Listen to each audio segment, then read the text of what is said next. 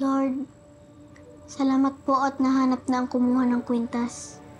Salamat din po kay La Kring Kring, Butchoy, Mamay Gege, kay Lola Mars at kay Kuya Victor. Naniwala po sila sa akin, kaya po naging malakas ang loob ko. Sana po gabayan niyo po silang lagi.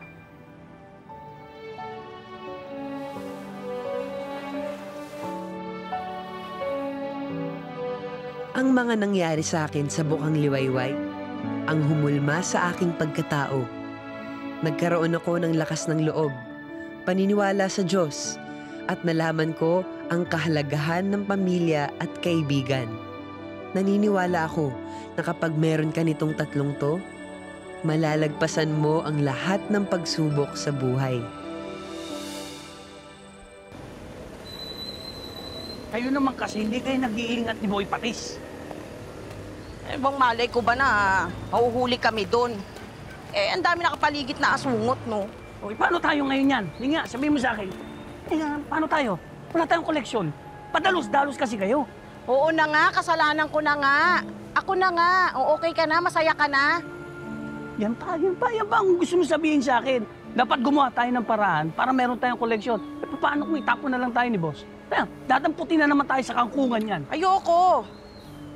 Ayoko na magutom, no? Tsaka ayoko na bumalik sa hirap. Kaya kung ano,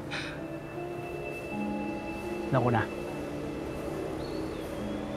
Magtayo tayo ng beer house, tapos punuin natin ng babae.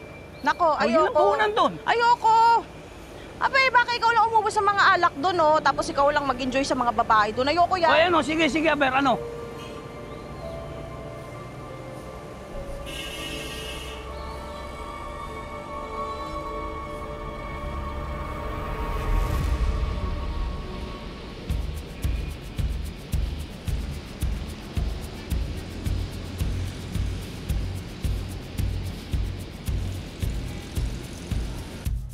Kailangan makahanap ako ng pagkakakitaan dito.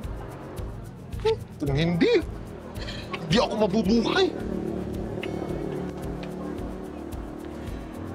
Uy, kuya, ano to? Ay, yung win-win laban to win. Ay, yung kay Kuya Nelly. 1 million ang premyo dyan. Saan ang pila? Pipila kayo mamaya? Naku. Ay, sorry po. Sorry. Parang kilala kita. Eh, Aling Gloria! Badong! Ay, Aling Gloria! Mahiwaga nga ang buhay. Sino nga ba ang mag-aakala na magkikita ang landas ng mama ko at ni Kuya Badong? Pinagtatagpo-tagpo talaga ang buhay naming lahat. Lahat konektado.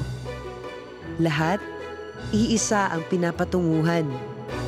Lahat, pabalik sa Bukang Liwayway.